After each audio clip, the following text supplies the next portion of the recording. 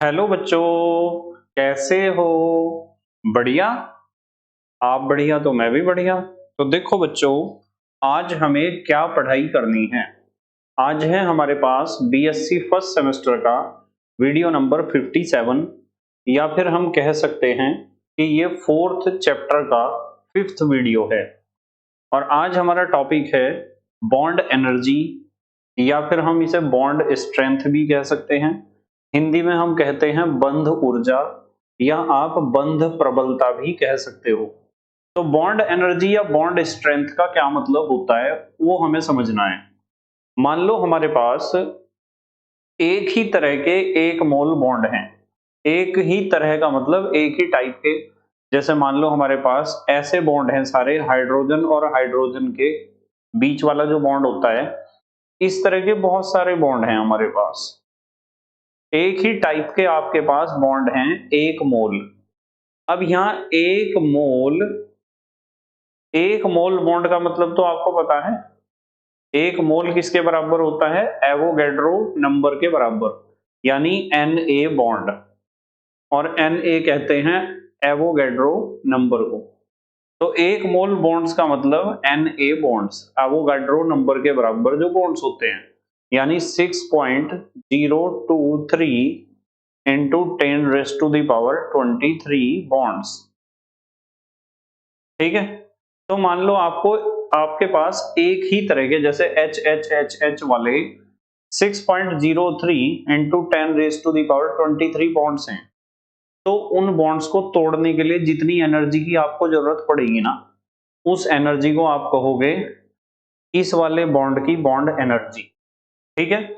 इसी तरीके से यदि मैं आपको कहूं कि आपके पास ऑक्सीजन और ऑक्सीजन के बीच जो बॉन्ड होते हैं, उनके एक मोल बॉन्ड, यानी कितने बॉन्ड, इतने बॉन्ड को तोड़ने के लिए जितनी एनर्जी की जरूरत आपको पड़ेगी, उस एनर्जी को आप कहोगे O2 की, या फिर ऑक्सीजन बॉन्ड ऑक्सीजन की बॉन्ड एनर्जी।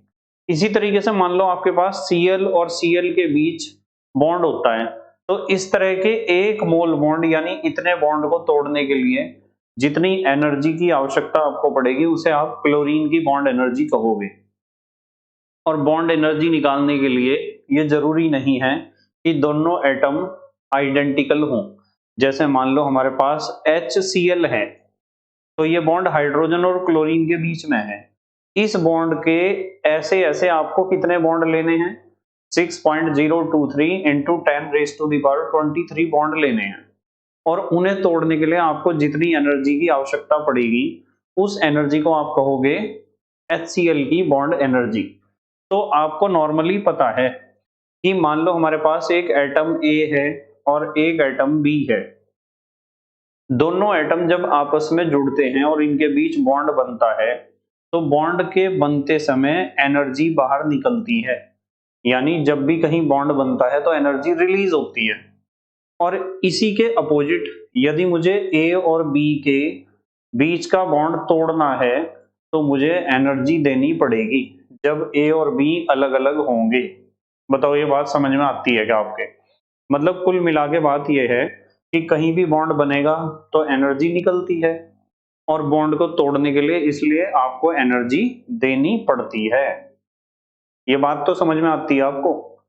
अब मान लो मैं आपको कहूं कि मान लो मेरे पास एक तरह का बॉन्ड है, जैसे H बॉन्ड Cl। ठीक है। H बॉन्ड Cl यानी HCl वाला बॉन्ड है। तो इसके एक मोल बॉन्ड को, यानी ये HCl कितने हैं? ये हैं Na से इन्हें मल्टीप्लाई कर दिया, इतने बॉन्ड हैं, यानी एवोगैड्रो नंबर के बराबर ये बॉन्ड हैं। तो इन्हें मुझे तोड़ना है, यानी A को अलग करना है। A नहीं, यहाँ क्या है? H और Cl है ना। तो H को अलग करना है और Cl को अलग करना है। तो इन्हें दोनों को अलग अलग करने के लिए, यानी Na तो बनेंगे H और Na बनेंगे Cl, यानी एवोगैड्रो संख्या के बराबर ही आपको हाइड्रोजन और एवोगैड्रो संख्या के बराबर ही Cl मिलेंगे। तो ऐसा करने के लिए आपको जितने एनर्जी की जरूरत पड़ेगी ना, यहाँ Q लिखता हूं, उस एनर्जी को आप कहोगे HCl की बॉन्ड एनर्जी या बॉन्ड डिसोसिएशन एनर्जी। अब मैं आपको एक बहुत अच्छी बात बताऊंगा, ध्यान से समझना। आपको एक ही तरह के, यानी एक ही टाइप के एक मोल बॉन्ड को तोड़ने के लिए जितनी एनर्जी की आवश्यकता होती है ना, जितनी एनर्जी की रिक्वायरमेंट होती है, उसी तरह के एक मोल बॉन्ड को बनाते समय उतनी ही एनर्जी निकलती है। मतलब जब HCl के एक मोल बॉन्ड बने होंगे तो एक मोल बॉन्ड्स के बनने में जितना एनर्जी निकला होगा ना, एक मोल बॉन्ड को तोड़ने में भी आपको उतना ही एनर्जी देना पड़ता है। तो बॉन्ड एनर्जी की डेफिनेशन आप दो तरीके से दे सकते हो। या तो आप यूं कहो कि एक ही टाइप के एक मोल बॉन्ड को तोड़ने के लिए जितना एनर्जी रिक्वायर्ड होता है, उस एनर्जी को हम कहते हैं बॉन्ड एनर्जी, उस स्पेशल बॉन्ड की या उस मॉलिक्यूल की। या फिर आप कह सकते हो एक ही तरह के एक मोल बॉन्ड बनाते समय जितना एनर्जी रिलीज होता है, उस एनर्जी के अमाउंट को हम उस बॉन्ड का बॉन्ड एनर्जी कहते हैं। और बेटे बॉन्ड एनर्जी को बॉन्ड डिसोसिएशन एनर्जी भी आप कह सकते हो। या तो आप बंध ऊर्जा कहो और या तो आप कहो बंध वियोजन ऊर्जा। अब देखो जरा, हेडिंग है बॉन्ड एनर्जी। एक ही टाइप के एक मोल बॉन्ड ब्रेक करने के लिए जितनी एनर्जी रिक्वायर्ड होती है, उसे उस बॉन्ड की बॉन्ड एनर्जी या बॉन्ड डिसोसिएशन एनर्जी कहते हैं। मतलब आपको यह ध्यान रखना है कि आपको जो बॉन्ड तोड़ने हैं वे एक ही तरह के बॉन्ड होने चाहिए। और कितने होने चाहिए? एक मोल, यानी एवोगैड्रो नंबर के बराबर, यानी 6.023 इंटू 10⁻23 बॉन्ड्स तोड़ने हैं आपको। अब बच्चे यहां सोचते हैं कि सर क्यों, हम तो एक ही बॉन्ड को तोड़ के देख लेंगे कितनी एनर्जी लगेगी, इतने सारे बॉन्ड तोड़ने की क्या जरूरत है? बेटे एक बॉन्ड को तोड़ने के लिए इतनी कम एनर्जी की रिक्वायरमेंट पड़ेगी कि हमें पता ही नहीं चलने का कितनी एनर्जी लगी, हमें ऐसा लगेगा कि एनर्जी लगी ही नहीं है। तो हमें एवरेज निकालना होता है, एवरेज माने औसत, ठीक है, माध्य, समझ रहे हैं ना आप? तो एवरेज निकालने के लिए हम एक मोल बॉन्ड तोड़ते हैं। जैसे नॉर्मली आप अपनी बाइक का, मोटरसाइकिल का, स्कूटर का, कार का एवरेज निकालते हो, माइलेज निकालते हो, तो क्या आप ये देखते हो कि आपने 1 लीटर पेट्रोल डलाया और उसमें कितने किलोमीटर चल गई? तो 1 लीटर पेट्रोल में मान लो आपका स्कूटर 50 किलोमीटर चला, तो इसका मतलब ये नहीं है कि आपके स्कूटर का एवरेज 50 किलोमीटर प्रति लीटर है। आप सोच रहे होंगे कि सर क्या बात कर रहे हैं आप, इसका मतलब यही तो है बेटे, एवरेज औसत को कहते हैं। और आपने जब 1 लीटर पेट्रोल डलाया और 50 किलोमीटर आपका स्कूटर चल गया, उस रीडिंग को आप नोट कर लो, फिर अगला 1 लीटर डलवाओ और फिर देखो कितने किलोमीटर चलेगा। ऐसा हो सकता है कि 50 किलोमीटर से ज्यादा चल जाए या 50 किलोमीटर से कम चल जाए। तीसरी बार फिर डलवाओ, तो कम से कम 6-7 बार 1-1 लीटर पेट्रोल डलवाओ। और 1-1 लीटर पेट्रोल डलवा के वो जितने जितने किलोमीटर 1 लीटर में चलता है उसे नोट करो। मान लो आपने 5 बार डलवाया, तो 5 बारी में वो जितने जितने किलोमीटर चला है उन सब किलोमीटर्स को जोड़ लो और फिर डिवाइड कर दो 5 से। या तो ये तरीका है, जब तो हम उसे एवरेज कहेंगे, औसत तो जब ही कहेंगे, या एक बार की रीडिंग को ही आप औसत कह दोगे। और या फिर दूसरा तरीका ये भी है कि आप एक बारी में ही 5 लीटर पेट्रोल डलवा लो। तो आपको यूं नहीं देखना कि 1 लीटर में कितना चला, आपको यूं देखना कि 5 लीटर में कितना चला। तो जितने भी किलोमीटर वो 5 लीटर में चलता है, उन किलोमीटर्स को अपॉन ऊपर लिखो अंश में, ठीक है, न्यूमरेटर में, और अपोन में लिखो कितने लीटर आपने पेट्रोल डलाया था। अपोन में 5 लिख दो यदि 5 लीटर डलाया था। तो इससे पता चलता है कि आपका स्कूटर कितना एवरेज देता है, कितना माइलेज देता है, क्योंकि एवरेज बेटे औसत को कहते हैं। और औसत निकालने के लिए कम से कम 3-4-5 बार हमें रीडिंग्स लेनी होती है, ठीक है।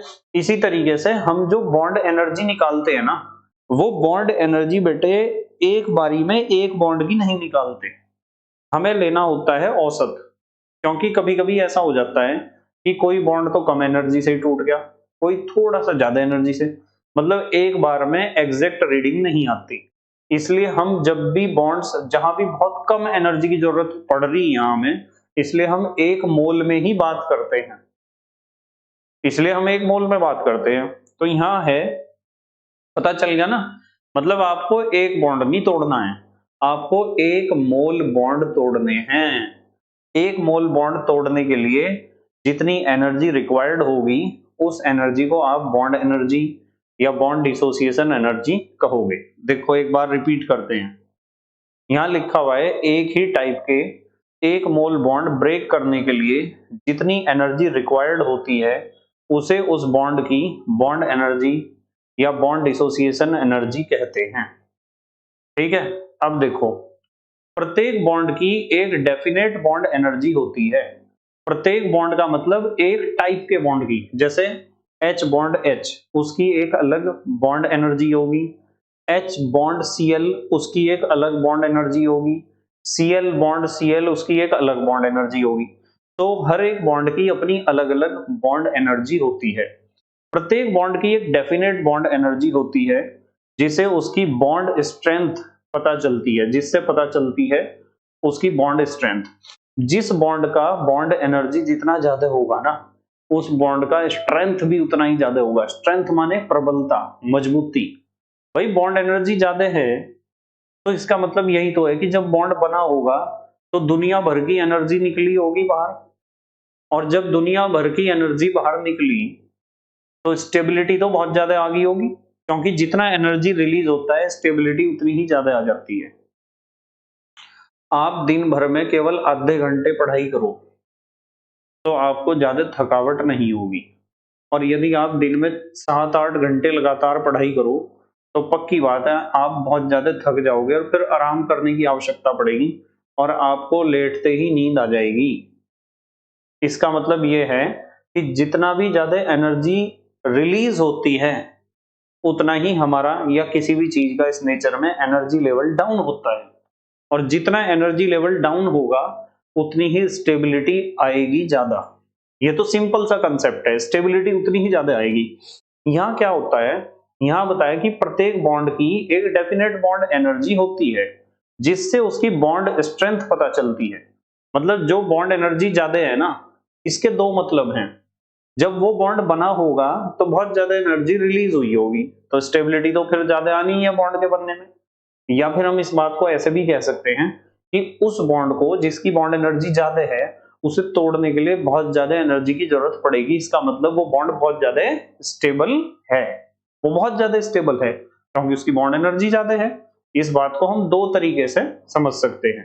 ठीक है, बॉन्ड एनर्जी का वैल्यू जितना अधिक होता है बॉन्ड स्ट्रेंथ भी उतनी ही अधिक होती है। सिंपल सी बात है, बॉन्ड एनर्जी जितनी ज्यादा होगी बॉन्ड का स्ट्रेंथ भी उतना ही ज्यादा होगा। बॉन्ड एनर्जी को हीट ऑफ ए रिएक्शन या स्पेक्ट्रोस्कोपी की हेल्प से फाइंड आउट किया जाता है। मतलब आपको बॉन्ड एनर्जी निकालनी हो तो आप उसे दो तरीके से निकाल सकते हो, या तो हीट निकाल लो किसी भी रिएक्शन का, हीट ऑफ ए रिएक्शन से आप बॉन्ड एनर्जी निकाल लोगे यदि उस रिएक्शन में वो बॉन्ड पार्टिसिपेट कर रहा हो जिसकी बॉन्ड एनर्जी आप निकालना चाहते हो। या फिर दूसरा तरीका यह है कि आप स्पेक्ट्रम साइंस जो होता है ना, स्पेक्ट्रम केमिस्ट्री कह दो या स्पेक्ट्रम साइंस कह दो या स्पेक्ट्रोस्कोपी कह दो, इसमें भी एक टेक्निक है बॉन्ड एनर्जी फाइंड आउट करने की। ठीक है, चलो नेक्स्ट, अब हम बात करेंगे यूनिट ऑफ बॉन्ड एनर्जी। बहुत सिंपल है, हम बॉन्ड एनर्जी को मोल के हिसाब से देखते हैं तो बॉन्ड एनर्जी की यूनिट होती है किलो कैलोरी पर मोल, या फिर हम किलो जूल पर मोल यूनिट का भी यूज कर सकते हैं। जैसे कार्बन कार्बन सिंगल बॉन्ड की बॉन्ड एनर्जी होती है 83 किलो कैलोरी पर मोल। कार्बन डबल बॉन्ड कार्बन की बॉन्ड एनर्जी होती है 146 किलो कैलोरी पर मोल। कार्बन ट्रिपल बॉन्ड कार्बन की बॉन्ड एनर्जी होती है 199 किलो कैलोरी पर मोल। ठीक है, नेक्स्ट, ध्यान से समझना हर एक बात को, बिल्कुल ध्यान से। बॉन्ड एनर्जी की वैल्यू डिफरेंट बॉन्ड्स के लिए डिफरेंट होती है। अरे अभी तो ये बात करी थी हमने कि अलग अलग बॉन्ड की बॉन्ड एनर्जी अलग अलग होगी। ठीक है, यह बॉन्ड के नेचर एंड कंपाउंड के नेचर पर भी डिपेंड करती है। यानी बॉन्ड एनर्जी किसकी कम होगी किसकी ज्यादा होगी, ये इस बात पर डिपेंड करेगा कि वो बॉन्ड जो है उसका नेचर कैसा है। अब नेचर किस किस तरह के हो सकते हैं आगे डिस्कस करेंगे हम, अभी परेशान होने की कोई आवश्यकता नहीं है, ठीक है। तो बॉन्ड के नेचर पर डिपेंड करती है, और कंपाउंड कैसा है, कंपाउंड की जगह आप मॉलिक्यूल भी कह सकते हो, कैसा है उसके नेचर, उसकी प्रकृति पर भी निर्भर करती है बॉन्ड एनर्जी। पर हर एक बॉन्ड का मतलब यहाँ हर एक टाइप के बॉन्ड का है, हर एक टाइप के बॉन्ड का बॉन्ड एनर्जी डिफरेंट डिफरेंट होगा। नेक्स्ट देखो, बहुत बढ़िया पॉइंट है, किसी कंपाउंड में सेम टाइप के बॉन्ड्स की बॉन्ड एनर्जीज भी डिफरेंस हो सकती हैं। मतलब यदि आप यूं सोच रहे कि एक ही तरह के बॉन्ड हैं और उन सब की बॉन्ड एनर्जी इक्वल होगी, तो ऐसा भी जरूरी नहीं है।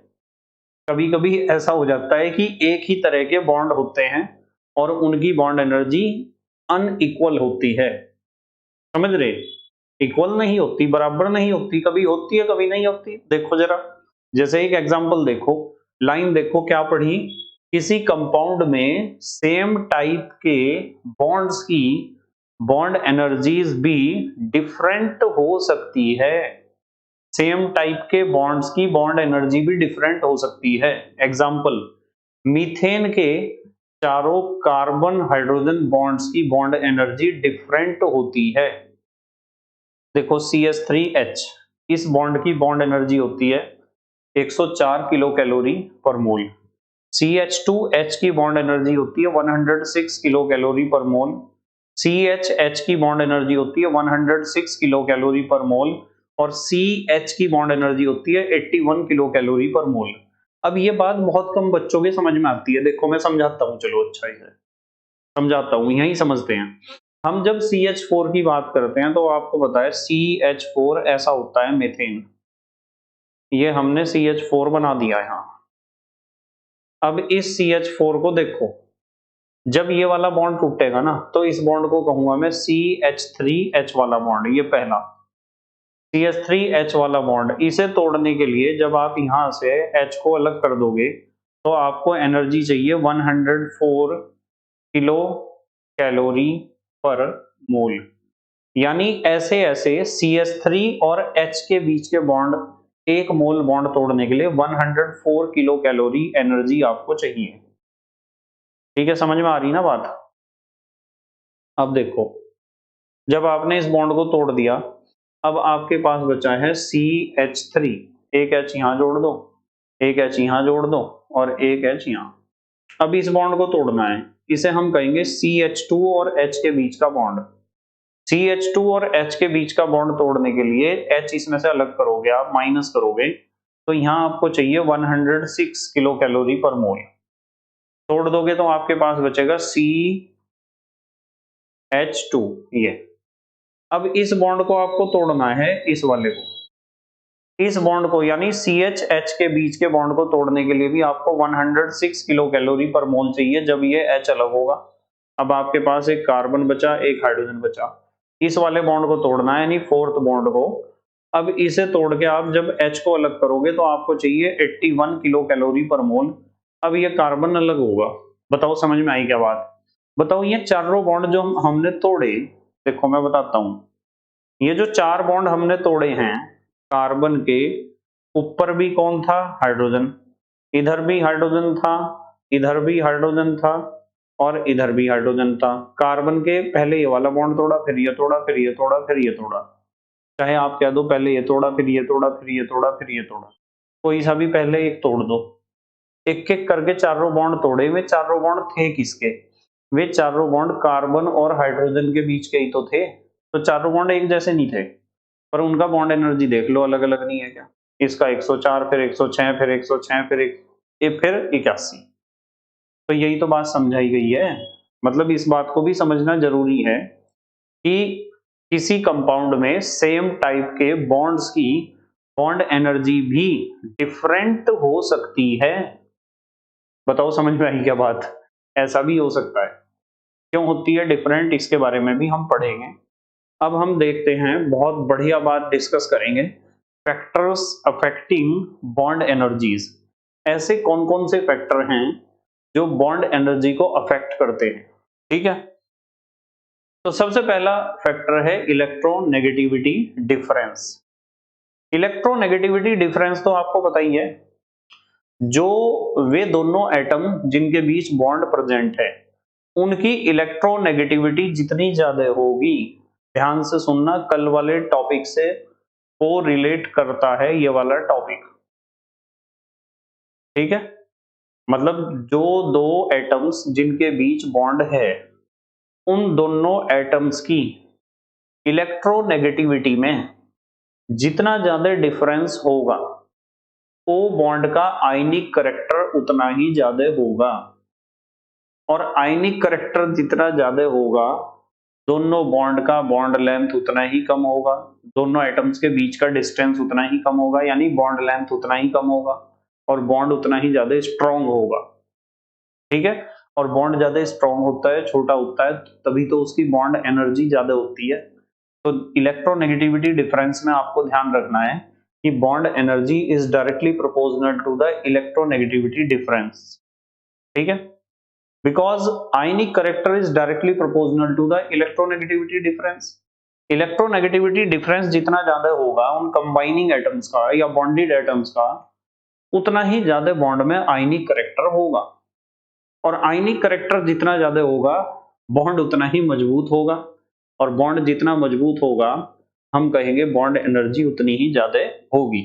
जैसे यहाँ एक एग्जांपल है, decreasing order of bond energy of hydrogen halides, HF की बॉन्ड एनर्जी सबसे ज्यादा होती है, क्योंकि हाइड्रोजन और फ्लोरीन की इलेक्ट्रोनेगेटिविटी में सबसे ज्यादा डिफरेंस होता है, और हाइड्रोजन और आयोडीन की इलेक्ट्रोनेगेटिविटी में डिफरेंस होता है कम।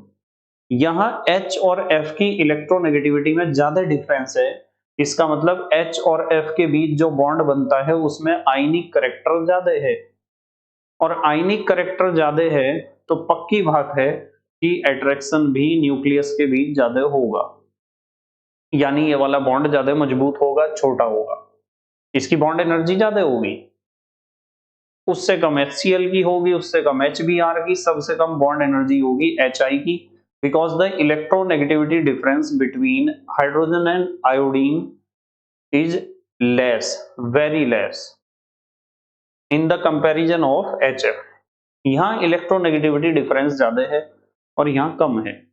कम इलेक्ट्रोनेगेटिविटी डिफरेंस है तो आयनिक करैक्टर भी इस बॉन्ड में कम होगा, और आयनिक करैक्टर कम होगा तो ये बॉन्ड थोड़ा कमजोर होगा, और बॉन्ड कमजोर होगा तो बॉन्ड एनर्जी भी इसकी कम होगी, ठीक है। समझ में आ गया, इलेक्ट्रोनेगेटिविटी डिफरेंस बढ़ेगा तो बॉन्ड एनर्जी बढ़ेगी, सीधी बात है। पहली लाइन देखो, bond energy is directly proportional to the electronegativity difference, ठीक है। विद्युत ऋणात्मकताओं में जितना ज्यादा अंतर होगा ना जुड़ने वाले परमाणुओं की, वो बॉन्ड का बॉन्ड एनर्जी बंध ऊर्जा उतना ही ज्यादा होगा। Next second factor, size of bonded atoms. अब देखो मुझे एक बात बताओ, जो जुड़ने वाले एटम्स हैं, जो बॉन्डेड एटम्स हैं, जो बॉन्ड से जुड़े हुए हैं, उन एटम्स का साइज जितना छोटा होगा ना वे बॉन्ड भी तो उतना छोटा ही बनाएंगे, और बॉन्ड जितना छोटा होता है उतना क्या होता है, मजबूत होता है, और जो ज्यादा बॉन्ड मजबूत होगा तो बॉन्ड एनर्जी तो ज्यादा होगी बेटे, होगी या नहीं होगी। तो यहाँ लिखा हुआ है size of bonded atoms, bond energy is inversely proportional to the size of bonded atoms, यानी जो एटम्स का साइज है वो जितना छोटा होगा बॉन्ड एनर्जी उतनी ही ज्यादा होगी, उनके द्वारा बनाए गए बॉन्ड की बॉन्ड एनर्जी उतनी ही ज्यादा होगी। साइज बड़ा होगा तो बॉन्ड एनर्जी कम होगी, साइज छोटा तो बॉन्ड एनर्जी ज्यादा। इनवर्सली प्रोपोर्शनल रिलेशनशिप यही तो होती है, दोनों दुश्मन होते हैं एक दूसरे के, ये कम तो ये ज्यादा, ये ज्यादा तो ये कम।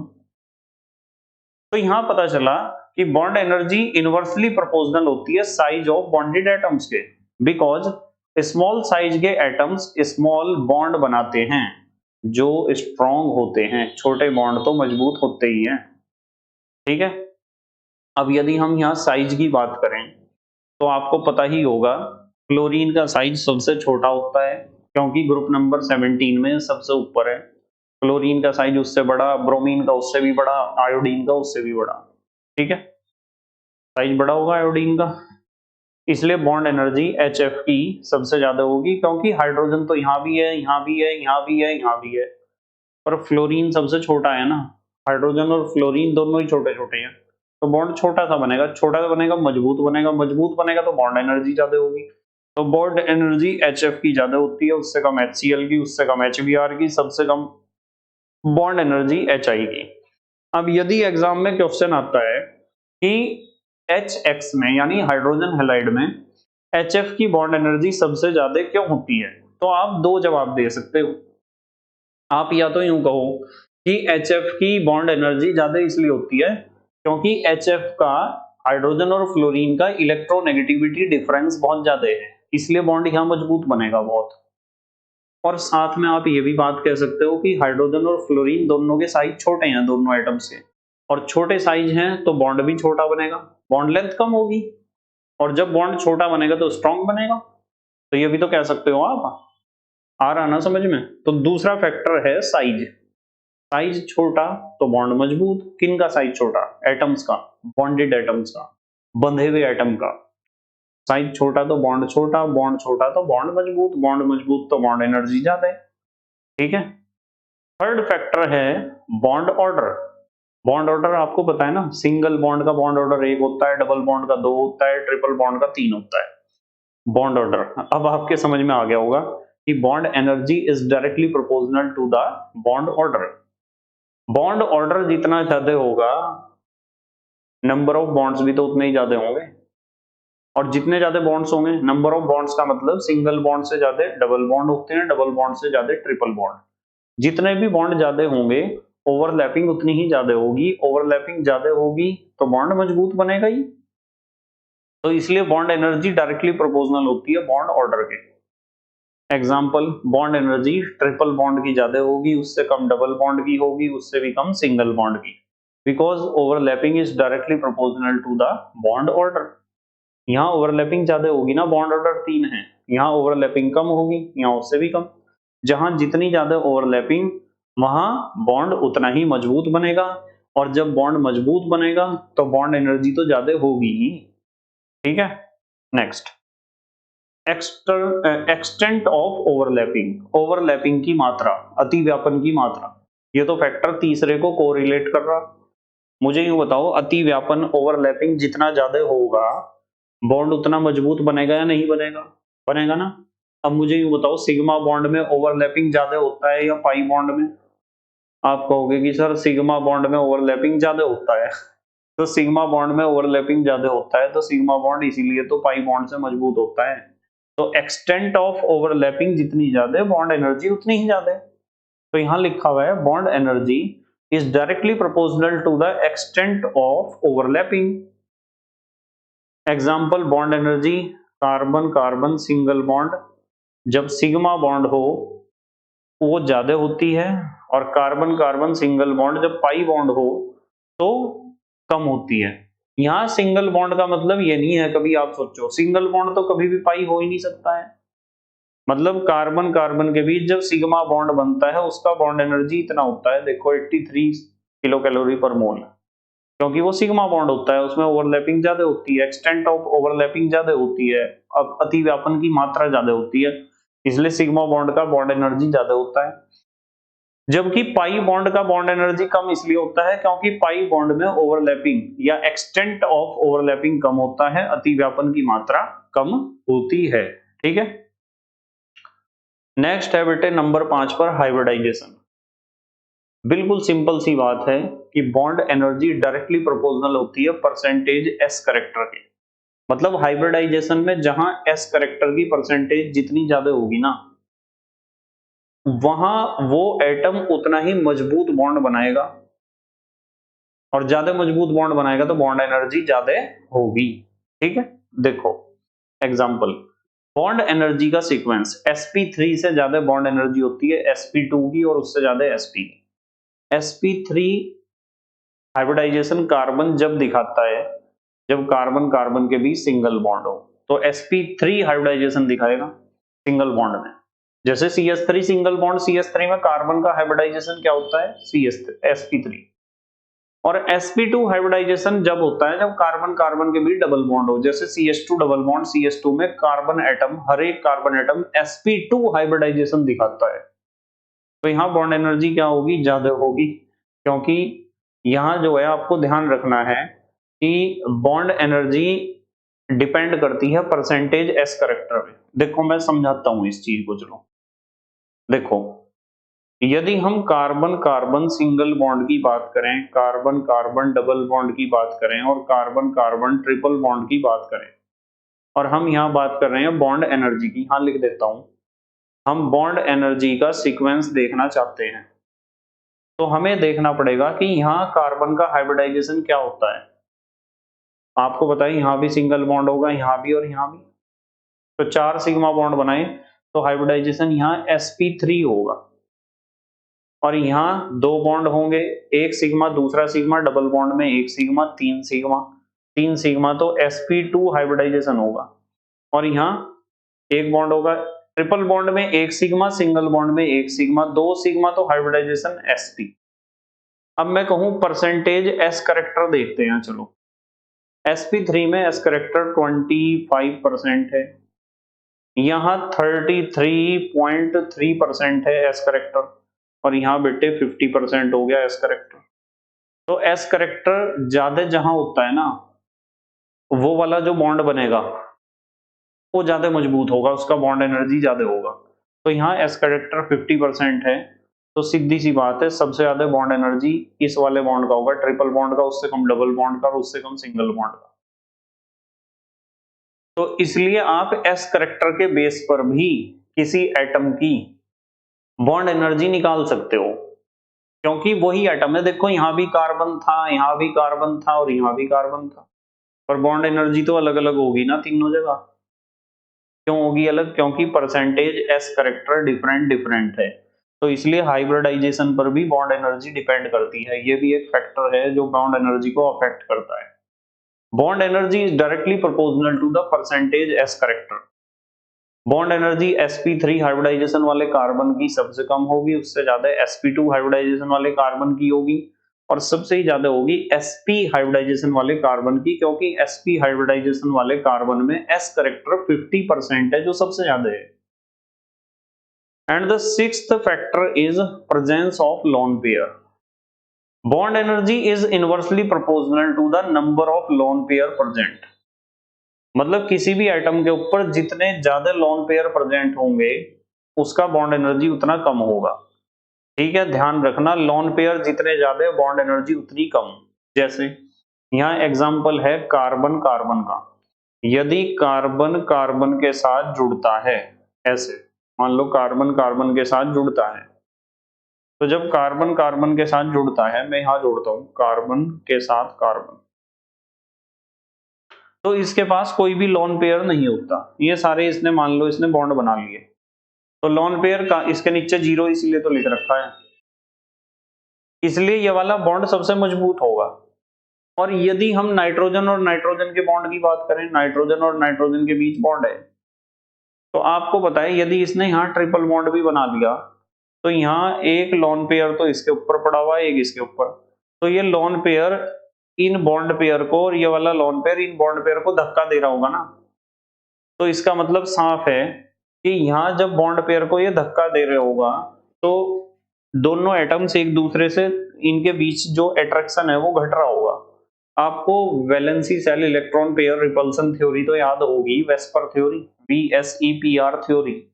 उसमें बताया जाता है कि लोन पेयर बॉन्ड पेयर को धक्का देता है, रिपेल करता है, प्रतिकर्षित करता है, जिसके कारण बॉन्ड जो है ना वो उतना मजबूत नहीं रहता। जैसे ऑक्सीजन, डबल बॉन्ड ऑक्सीजन की बात करो, अब आपको पता है दो तो लोन पेयर इसके ऊपर हैं, दो लोन पेयर इसके ऊपर हैं, तो ये लोन पेयर एक दूसरे को भी धक्का दे रहे होंगे और इन इलेक्ट्रॉन्स को भी तो धक्का दे रहे होंगे जो इन बॉन्ड में हैं, यानी बॉन्ड पेयर ऑफ इलेक्ट्रॉन को भी तो धक्का दे रहे होंगे, जिसकी वजह से इस बॉन्ड में वीकनेस आएगी।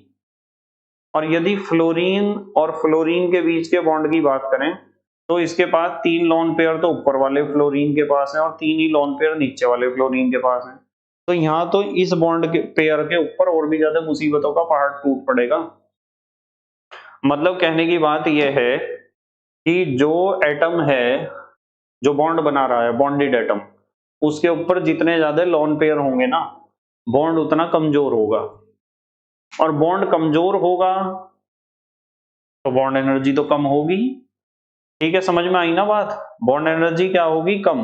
देखो यही तो बात यहाँ लिखी गई है। यहाँ लिखा गया है bond energy is inversely proportional to the number of lone pair present. Bond energy, carbon carbon single bond की ज्यादा, जीरो लोन पेयर हैं क्योंकि। नाइट्रोजन नाइट्रोजन की बॉन्ड एनर्जी कार्बन से कम होती है क्योंकि यहाँ एक एक लोन पेयर होता है। ऑक्सीजन बॉन्ड, ऑक्सीजन की बॉन्ड एनर्जी उससे भी कम होती है क्योंकि ऑक्सीजन के दोनों एटम्स के ऊपर दो दो लोन पेयर होते हैं। फ्लोरीन, फ्लोरीन की बॉन्ड एनर्जी उससे भी कम होती है क्योंकि यहाँ फ्लोरीन एटम्स के ऊपर तीन तीन लोन पेयर ऑफ इलेक्ट्रॉन होते हैं। ठीक है, तो अब हम अपनी बात करेंगे, फाइनल टच देंगे अपने टॉपिक को, uses of bond energy determination. मतलब बॉन्ड एनर्जी निकाल के आप क्या उखाड़ लोगे? बॉन्ड एनर्जी निकालने से आपको क्या क्या फायदे होते हैं साइंस में, केमिस्ट्री में, क्या क्या चीज आप पता लगा सकते हो। ठीक है, तो सबसे पहली चीज, to find out the nature of bond that is polar and non polar. देखो यदि किसी बॉन्ड की बॉन्ड एनर्जी आपको पता है तो आप उस बॉन्ड का नेचर बता सकते हो कि वो कितना पोलर है, कितना नॉन पोलर है। अब आप कहोगे कि सर कैसे बता सकते हैं, ये तो बताओ। मुझे एक बात बताओ, यदि किसी बॉन्ड की बॉन्ड एनर्जी जरूरत से ज्यादा है, जरूरत से ज्यादा, तो पक्की बात है जरूरत से ज्यादा बॉन्ड एनर्जी तब होती है जब बॉन्ड में आयनिक करैक्टर आ जाता है। ये बात हमने सिखाई थी अभी थोड़ी देर पहले। और जब बॉन्ड में आयनिक करैक्टर आ जाएगा तो पक्की बात है कि बॉन्ड कैसा हो जाएगा? पोलर। वो मॉलिक्यूल भी पोलर ही हो जाएगा। ठीक है, और यदि बॉन्ड एनर्जी कम है, बॉन्ड एनर्जी कम है तो पक्की बात है कि उसमें आयनिक करैक्टर कम होगा और कोवेलेंट करैक्टर ज्यादा होगा। और किसी भी बॉन्ड में जितना ज्यादा कोवेलेंट करैक्टर होता है ना, वो बॉन्ड उतना ही नॉन पोलर होता है। तो यहां लिखा हुआ है पहला पॉइंट लिखा हुआ है, to find out the nature of bond that is polar and non polar. यदि बॉन्ड एनर्जी ज्यादा है तो बॉन्ड पोलर होगा, बॉन्ड एनर्जी कम है तो बॉन्ड नॉन पोलर की तरफ को होगा। ठीक है, सेकंड, दूसरा क्या इसका यूज है, to find out the heat of production and heat of reaction of a compound. Bond energy से आप हीट ऑफ प्रोडक्शन और हीट ऑफ रिएक्शन निकाल सकते हो। बॉन्ड एनर्जी ज्यादा होगी ना, हीट ऑफ प्रोडक्शन भी ज्यादा ही होगी और हीट ऑफ रिएक्शन भी ज्यादा होगी क्योंकि उन बॉन्ड्स को तोड़ना उतना ही ज्यादा मुश्किल होगा और बनते समय भी में बहुत ज्यादा एनर्जी रिलीज कर रहे होंगे। ठीक है, थर्ड है, to find out the stability of a molecule. किसी भी मॉलिक्यूल की स्टेबिलिटी भी आप पता लगा सकते हो with the help of bond energy. मतलब किसी भी मॉलिक्यूल के बॉन्ड्स की बॉन्ड एनर्जी जितनी ज्यादा होगी ना, वो बॉन्ड उतना ही ज्यादा स्टेबल होगा, और बॉन्ड जितना ज्यादा स्टेबल होगा तो मॉलिक्यूल भी उतना ही ज्यादा स्टेबल होगा। ठीक है, नंबर फोर्थ यूज है, to find out the mechanism of a reaction. किसी भी रिएक्शन का मैकेनिज्म भी आप पता लगा सकते हो on the basis of bond energy. सवाल खड़ा होता है कि सर कैसे कैसे पता लगा सकते हो? ऐसे लगा सकते हो, मान लो आपके पास दो बॉन्ड हैं किसी भी स्पीसीज में, आप मैकेनिज्म में आगे बढ़ते जा रहे हैं और एक स्पीसीज ऐसी आई पहले नंबर पर या दूसरे नंबर पर, पहले स्टेप में या दूसरे स्टेप में एक स्पीसीज ऐसी आई जिसमें दो बॉन्ड हैं या दो तरह के बॉन्ड हैं। उन दो तरह के बॉन्ड में से सवाल बच्चों के दिमाग में आता है कि सर कौन सा बॉन्ड टूटेगा इस वाले स्टेप में? तो बॉन्ड वो टूटेगा जिसकी बॉन्ड एनर्जी कम होगी। जिसकी बॉन्ड एनर्जी ज्यादा होगी वो क्यों टूटेगा? क्या ये बात समझ में आती है आपके? तो बॉन्ड एनर्जी से मैकेनिज्म निकालने में भी हेल्प मिलती है या नहीं मिलती? मिलती है ना। ठीक है, समझ में आना चाहिए। बताओ समझ में आई क्या ये सारी बात? तो हमने बॉन्ड एनर्जी को पूरा डिटेल में डिस्कस कर लिया। अब बॉन्ड एनर्जी को पूरा डिस्कस कर लिया। ठीक है, आज तो बस इतना ही पढ़ेंगे। बस मेहनत और ईमानदारी से पढ़ाई करते रहो और अपने हैंड रिटन नोट्स बनाते रहो। तो thank you very much for watching this video. Okay, bye.